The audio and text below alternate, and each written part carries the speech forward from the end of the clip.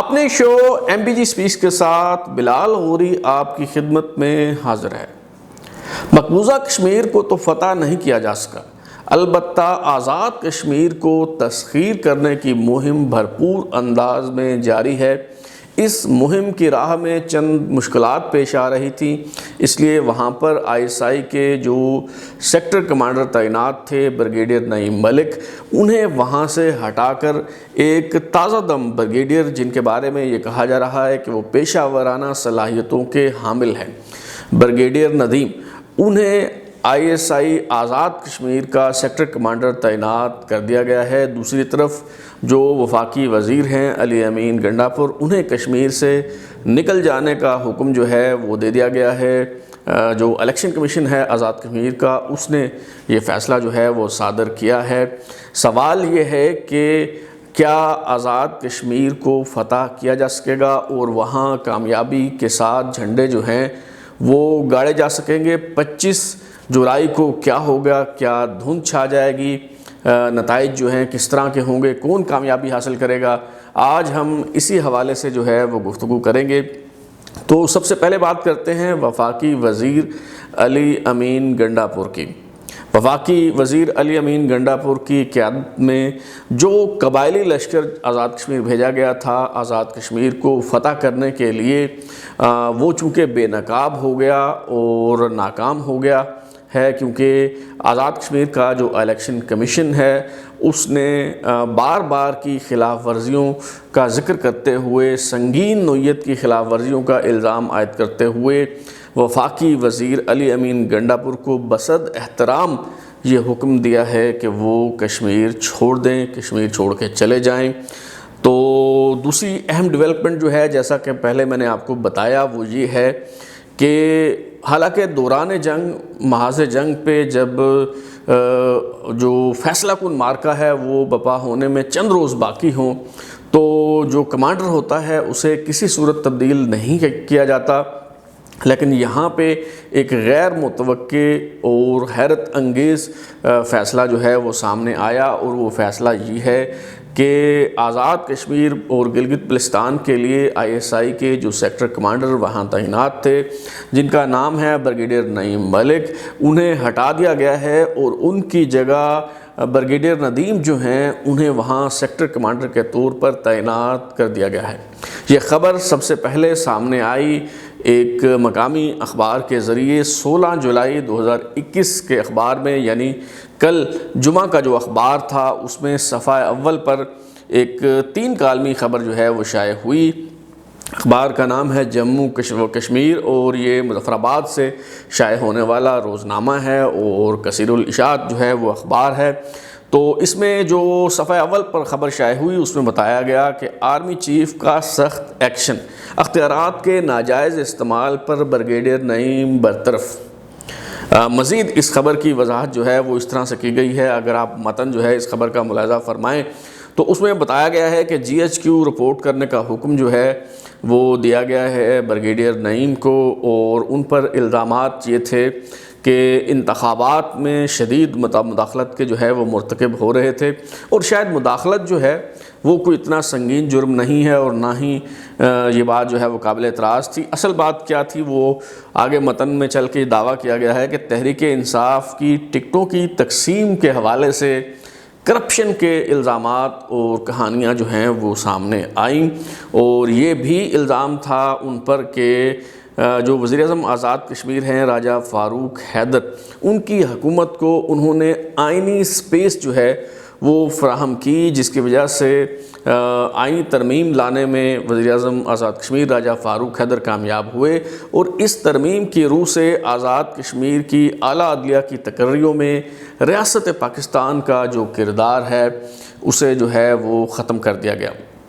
تو یہ خبر اخبار میں شائع ہوئی، اور اس خبر کے ساتھ اور اخبار کے ساتھ وہی سلوک ہوا جو اس طرح کی خبروں کے بعد ہوا کرتا ہے۔ ابھی آج اگر آپ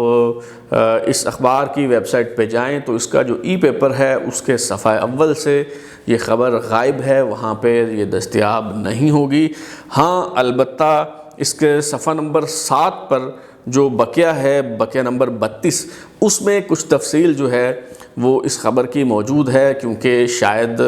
جو خبر غائب کرانے والے ہیں ان کی توجہ اس طرف نہیں گئی کہ صفحہ اول پر جو مین خبر تھی وہ تو غائب کروا دی گئی، لیکن اصل جو تفصیل ہوتی ہے وہ متن میں ہوتی ہے اور وہ بقیہ جو ہے وہ کسی اور صفحے پہ ہوتا ہے۔ تو صفحہ نمبر 7 پر یہ جو بقیہ ہے نمبر 32، وہاں پہ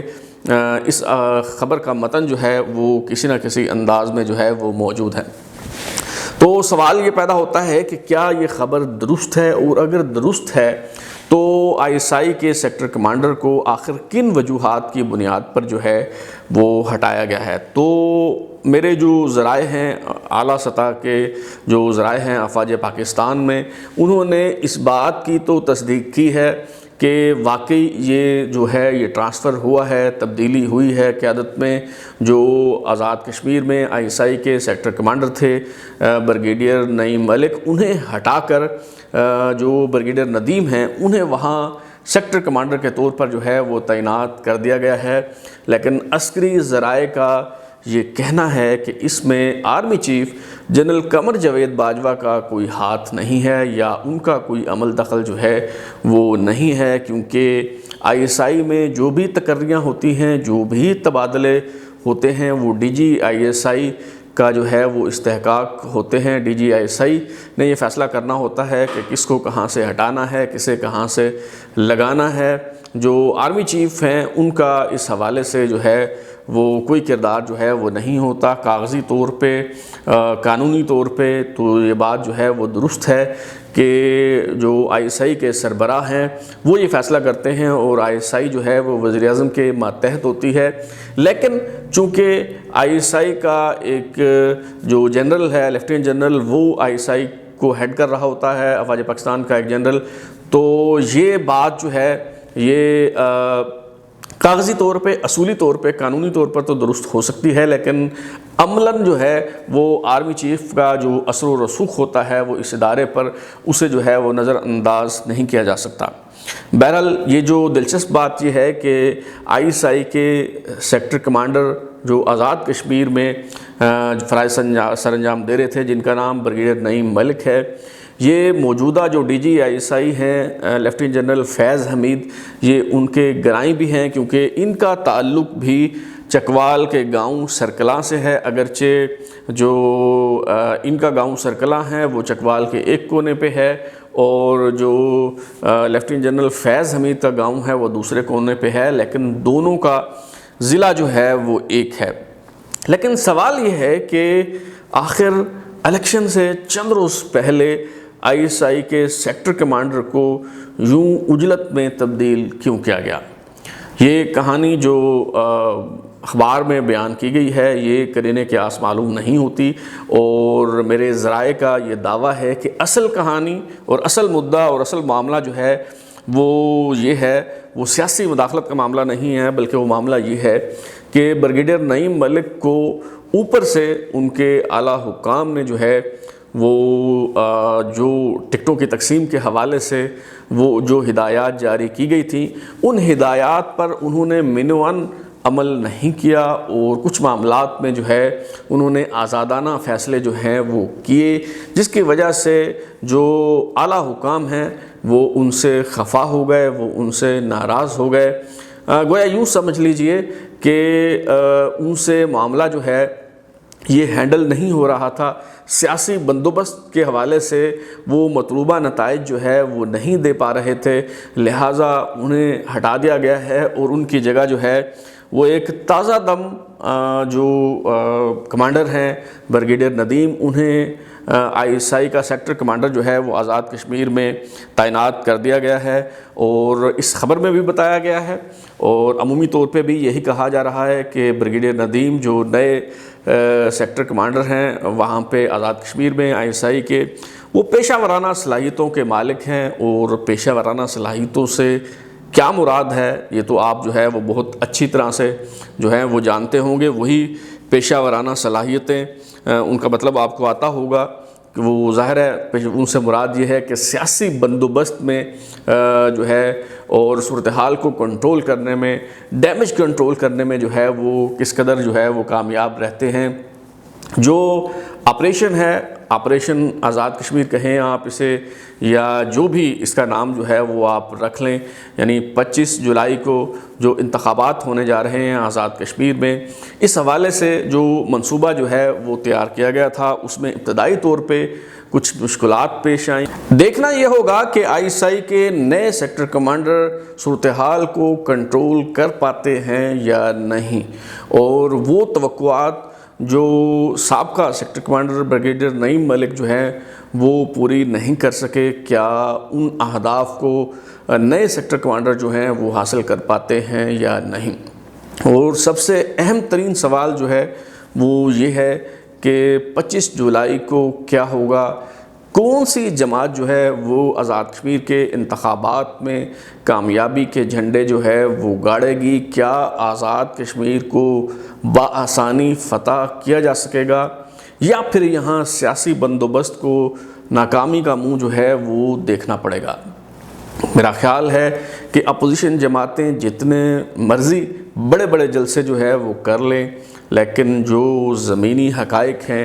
وہ یہ بتاتے ہیں کہ سیاسی بندوبست کو شکست دینا اس قدر آسان نہیں ہوگا، اور لگ یوں رہا ہے، اور ذرائع یہ بتا رہے ہیں کہ 25 جولائی کو انتخابات کے دن مغرب کے بعد جو ہے وہ سورج ڈھلتے ہی آزاد کشمیر میں دھند چھا جانے کا جو ہے وہ امکان ہے، اور جب دھند چھا جاتی ہے تو پھر کیا ہوتا ہے، سگنل غائب ہو جاتے ہیں، سگنل غائب ہو جاتے ہیں، جو پریزائڈنگ افسر ہیں ان کے لیے جو ریٹرننگ افسر ہے اس کے دفتر میں پہنچنا مشکل اور دشوار ہو جاتا ہے، اور جب وہ بر وقت پہنچ نہیں پاتے تو پھر کس طرح کے نتائج جو ہیں وہ سامنے آتے ہیں۔ میرے خیال میں آپ یہ بات بہت اچھی طرح سے جانتے ہیں، تو بظاہر یوں لگ رہا ہے کہ صورتحال کو سنبھال لیا جائے گا، اور ان انتخابات میں وہی جماعت جو ہے وہ کامیاب ہوگی جو وفاق میں برسر اقتدار ہے، اور کسی جو ہے وہ غیر متوقع نتیجے کی جو ہے وہ توقع نہیں ہے۔ اب تک کے لیے اتنا ہی۔ بلال اوری کو اجازت دیجیے، پھر ملاقات ہوگی۔ اگر آپ کو ہمارا شو پسند آیا تو اسے لائک کریں، کمنٹ کریں، شیئر کریں، اور ہمارا چینل سبسکرائب کرنے کے بعد بیل آئکن یعنی گھنٹی ضرور دبائیں تاکہ آپ کو نئی ویڈیوز کے نوٹیفیکیشنز ملتے رہیں۔ بہت شکریہ۔